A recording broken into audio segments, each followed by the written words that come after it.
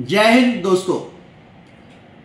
इस वीडियो में मैं आपको ये बताने जा रहा हूं कि कल पटना में दिन दहाड़े एक वकील की हत्या कर दी गई।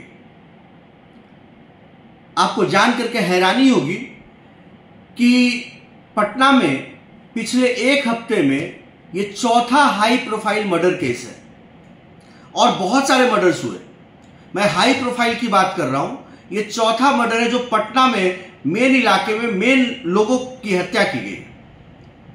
वकील जो दूसरों को न्याय दिलाता है, दूसरों को न्याय दिलाने का एक माध्यम है, उसको खुद ही गोली मार दी गई। जितेंद्र महतो, जिनकी उम्र 58 वर्ष 58 इयर्स के वो थे और उनको सुल्तानगंज थाना से लगभग 300 मीटर की दूरी पे, सिर्फ 300 मीटर की दूरी पे उनको गोली मारी गई। 3 गोलियां मारी गई। 3 गोलियां रिकवर हुई है वहां से। हो सकता है और भी ज्यादा गोलियां मारी गई हो, but 3 bullet cells have been recovered from the site. And Jitendra Mahato was taken to the PMCH, but while the treatment was going on, he died.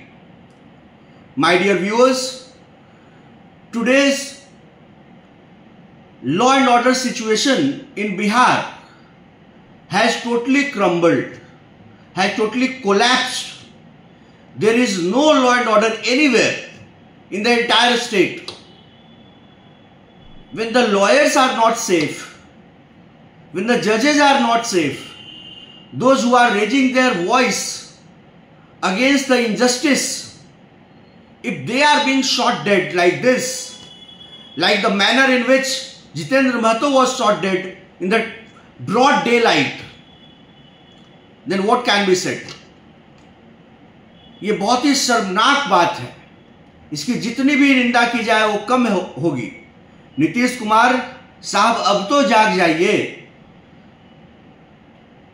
कहां हैं आप? आपकी पुलिस क्या कर रही है? कोई इकबाल नहीं है पुलिस का, कोई लॉ एंड ऑर्डर नहीं है। हर दिन डेली 2, 4, 5 मर्डर हो रहा है पूरे राज्य में। पटना जो कि एक सिंगल सिटी है पूरे बिहार में जहां पे लोग रह सकते हैं फ्री होकर के, वो सिटी भी अब रहने लायक नहीं रह गया है। यहां पर आए दिन गोलियां चल रही है, दिन दहाड़े मर्डर हो रहा है। गोपाल खेमका का मर्डर आपने देखा, रात में हो गया 11:30 बजे गांधी मैदान के सामने। फिर लेखानगर में दानापुर खगौल रोड पे मर्डर हो गया स्कूल के डायरेक्टर का। फिर बीजेपी के नेता का मर्डर हो गया। फिर रामकृष्णा नगर में जो मार्च चलाते थे झाजी विक्रम झा, उनका मर्डर हो गया। फिर जितेंद्र महतो का मर्डर हो गया। और इलेक्शंस अभी बस 2-3 महीने की दूरी पे खड़ी। आप खुद बताइए कि where the law and order situation is heading towards. Isn't this a sad state of affairs for which we all should be worried? My dear viewers, the nation today wants to know what is happening in Bihar. Why there is this law and order, the Sushashan Babu, why he is failing every day? By the police officers, the same set of police officers, they are not able to apprehend, they are not able to red-handed, why they are not able to catch those culprits? There are many shooters, they say shoot directly in the broad daylight and they run away. Why it is happening? Why they are not afraid of the law and order?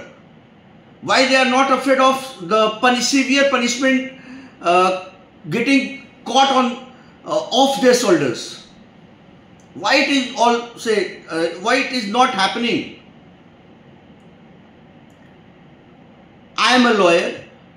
There are thousands of lawyers who are practicing in Bihar, and if their life, their safety are not considered, then who shall be upholding the rules of law, the rule of law, the justice, the flag of justice? Who shall be the torch bearers?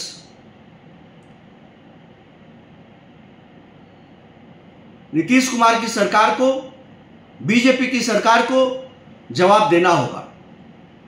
आप सिर्फ लालू यादव के राज को जंगल राज नहीं कर सकते। आपका राज भी वही हो गया है। कोई सुरक्षित नहीं है। किसी दिन दुकानदार को गोली मार दी जा रही है, किसी दिन वकील को गोली मार दी जा रही है, किसी दिन बिजनेसमैन को गोली मार दी जा रही है, किसी दिन स्कूल के डायरेक्टर को गोली मार दी जा रही है। चल क्या रहा बिहार में? आप लोग भी इस मुद्दे पे अपनी बातों को रेज करिए और कुछ भी लगे तो हमें कमेंट बॉक्स में बताइए। कल हम लोग एक नए मुद्दे को लेकर के आपसे बात करेंगे। Thank you everyone for watching. जय हिंद, जय श्री राम।